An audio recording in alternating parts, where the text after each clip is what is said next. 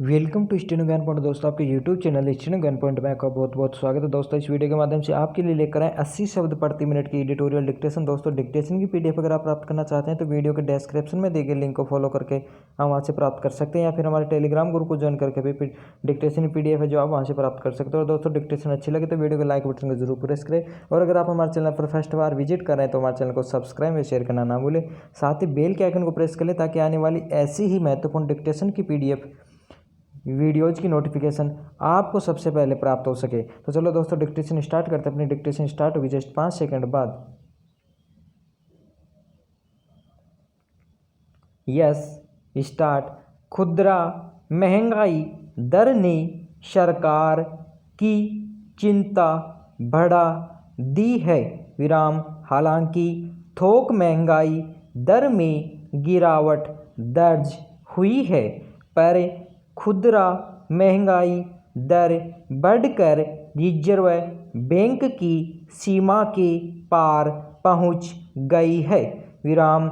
Reserve bank की कोशिश होती है कि खुदरा महंगाई दर 2 से 6% के बीच रहे विराम। सरकार की मंशा के अनुसार वह इसे 4% के आसपास रखने का प्रयास करता रहा है विराम। पर जून महीने के उपभोक्ता मूल्य सूचकांक के अनुसार यह 6% के ऊपर पहुंच गई है विराम। बंदी की वजह से अप्रैल और मई की दरें दर्ज नहीं की जा सकीं विराम।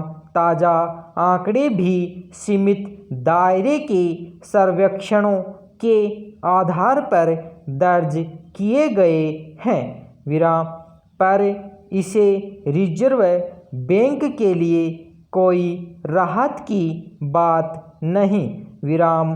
पिछले साल इसी महीने में दर्ज 3.18% की महंगाई दर की तुलना में ताज़ा दरें बहुत अधिक हैं विराम।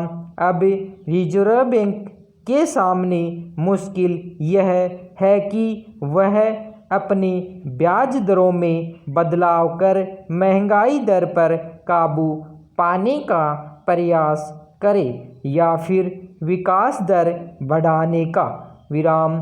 पिछले काफ़ी समय से रिजर्व बैंक इन दोनों के बीच संतुलन नहीं बना पा रहा है विराम। पैरा खुदरा महंगाई दर बढ़ने का अर्थ है लोगों की रोज़मर्रा की ज़रूरतों का खर्च बढ़ना विराम। यह ठीक है कि पूर्णबंदी के दौरान वस्तुओं की बाजार तक पहुंच बाधित हो गई थी विराम, पर पूर्णबंदी खुलने के बाद वही स्थिति नहीं रह गई विराम। फिर बंदी को खुदरा महंगाई दर बढ़ने का मुख्य कारण नहीं माना जा सकता विराम।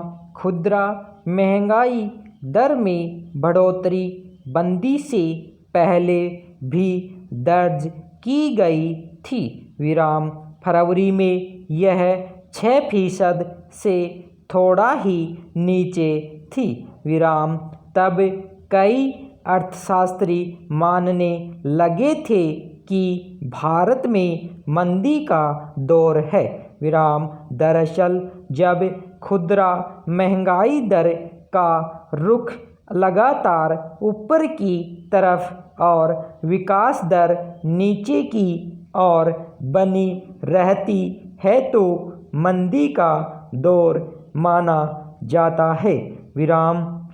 पिछले साल की तुलना में खुदरा महंगाई दर पर काबू पाना लगातार कठिन बना हुआ है विराम। बेशक थोक महंगाई दर में कुछ राहत नज़र आती है, पर उसमें भी खाद्य उत्पादन से जुड़े उद्योगों पर नज़र डालें तो वहाँ महंगाई दर बढ़ी हुई ही दर्ज हुई है।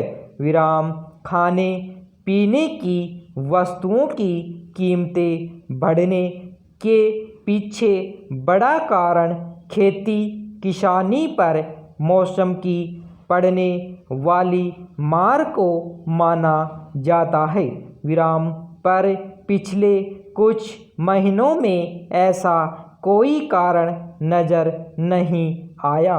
विराम इसके अलावा कच्चे तेल की कीमतें और बिजली उत्पादन बड़े कारण माने जाते हैं, पर इनमें भी कोई परेशानी नज़र नहीं आई। विराम पैरा फलों और सब्जियों की कीमतों में मौसम और आपूर्ति में बाधा आदि का असर देखा जा सकता है, पर दालों, चावल, आटे जैसी रोज़मर्रा इस्तेमाल होने वाली वस्तुओं की कीमतें भी लगातार बढ़ी हैं, तो इसकी वजहें साफ हैं। विराम यहाँ तक कि पिछले कुछ समय से न केवल शहरी बल्कि ग्रामीण इलाकों में भी खुदरा महंगाई दर बढ़ी है। विराम इसकी एक वजह तो यह है कि अंतर्राष्ट्रीय बाजार में कच्चे तेल की कीमतें लगातार नीचे रहने के बावजूद सरकार पेट्रोल, डीजल और रसोई गैस की कीमतें बढ़ाती रही। विराम फिर जीएसटी लागू होने के बावजूद करों में संतुलन कायम नहीं हो पाया। विराम ऐसी स्थिति में सरकार के सामने विकास दर के बरक्स महंगाई पर काबू पाना चुनौतीपूर्ण बन गया है। विराम उसने खुद साल भर तक कर्मचारियों का महंगाई भत्ता रोक दिया है। विराम लोगों के सामने रोजगार का संकट है। विराम वेतन में कटौती की जा रही है। विराम ऐसे में लोगों पर महंगाई की मार चौतरफा पड़ने वाली है। विराम धन्यवाद।